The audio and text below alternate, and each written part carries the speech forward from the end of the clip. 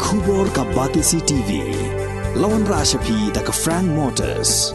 I am Tata Punch. Price starting at 5.80 lakhs. Ringkat bat ka net foodish. Ordar mapi nginwan ra amangi hakir dobyeng jongpi. Kakanhon jong ki Samla bala Pyndep ya ke examine Meghalaya Teachers Eligibility Test kabala tip kum ka All Meghalaya Mtet Qualified Association haga laiterik unailar arajar arpuar kila lejban Kynduh yau Myntri ke Tnad Pule Puthi uba lakmen rembui bandawa ya ke Tnad Pule Puthi bagadai ban Mtet ya ke jingtungkam ya ki bala pas ya ke examine Mtet hagi pos no hikai boper bat ban pensange shwa ya ke examine Mtet kadba 4 la ban tungkam lut ya ki bapas ya gane ka examine ban penmi shushu ya ki pos no hikai katkum ka jingdon kam ya ki pos bat ban tungkam klem dele shiliang kumbala bu kendon da ka sarkar jalla haga jing ekran bat kilat pathai khubor gane ka kanhon ki Samla kila panpau ba haga ne ka jing Kynduh yau Myntri ka Tnad Pule Puthi kem shim la yo ya kano ka jubab bat ki kermen skempat ba ka sarkar jalla lengba ka Tnad Pule Puthi kan shim khia ya kini ki mat jing dawa.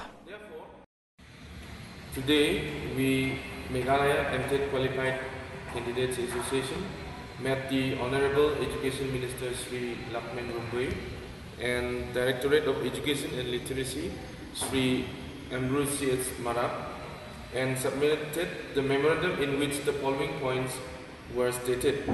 Number 1, to speed up the recruitment of vacant posts in lower primary and upper primary schools in Meghalaya.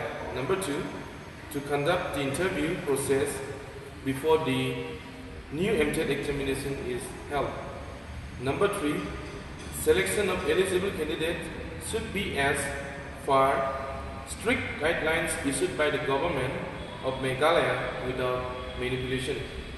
Number 3, some of the successful candidates are about to cross age bar in coming few months.